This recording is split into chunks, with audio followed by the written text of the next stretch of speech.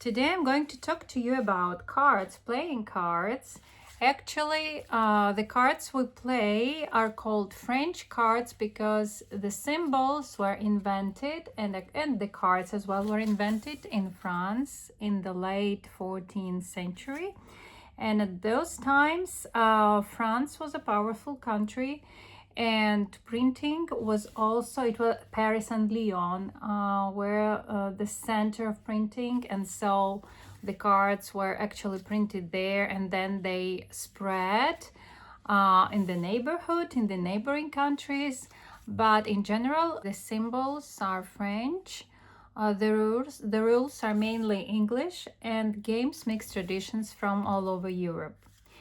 Well, how do we call cards in different languages? Cards in English, cartas in Spanish, carte in French, carte in Italian, hartia in Greek, kartlar in Turkish, pie in Chinese, carte in Ukrainian.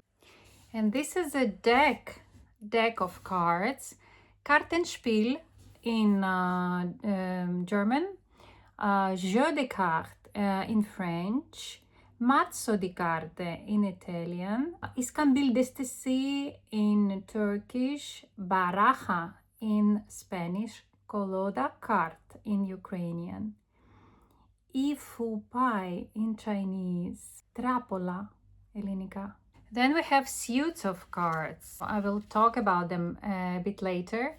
Suits like diamonds, spades, hearts. The suit of card in German is Farbe, couleur in French, renk in Turkish, Jose in Chinese, seme in Italian, palo in Spanish, fili Greek, mast Ukrainian.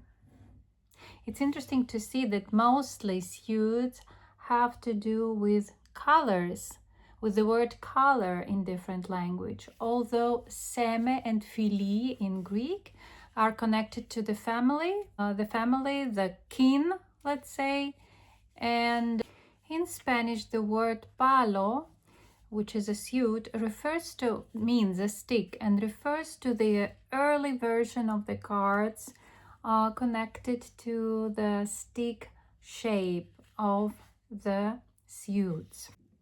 So let's name the decks. So, spades, hearts, diamonds, clubs. English. German, Pik, Herz, Karo, Kreuz. French, Pik, Cœur, Carreau, Trèfle. Spanish, picas, corazones, diamantes, tréboles.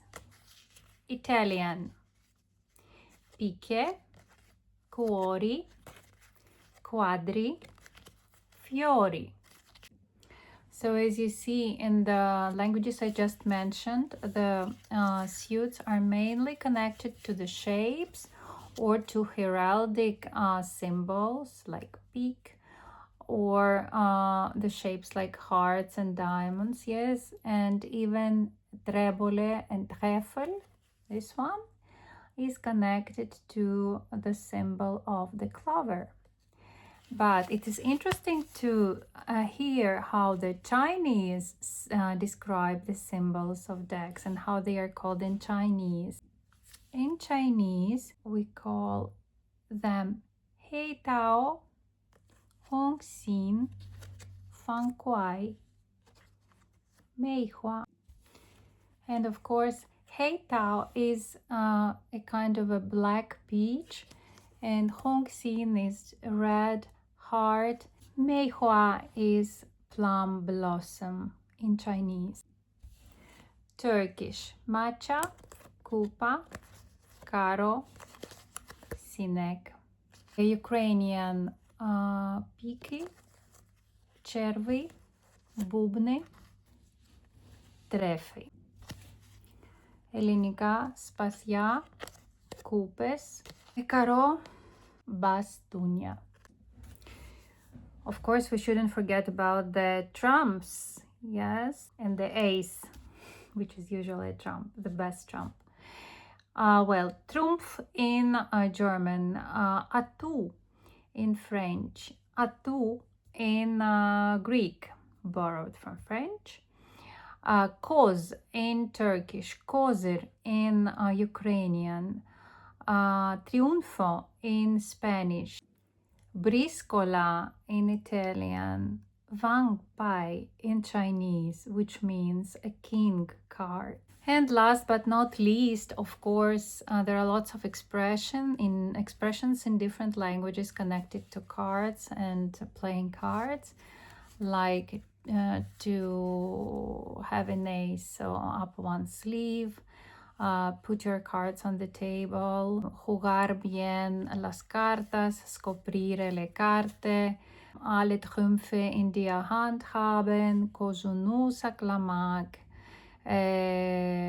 Peja Nichta Tachartiamo, Ke, Etre Anatu, and other expressions. Hope you enjoyed my video. Don't indulge yourself in playing cards too often, but it's a lot of fun when you play cards with your friends and family. In Greece, for example, there are some holidays like New Year's Eve when people used to play cards, and it's a great fun. Enjoy my stories, subscribe to my channel, and get to know more interesting things about languages and about cultures. See you soon.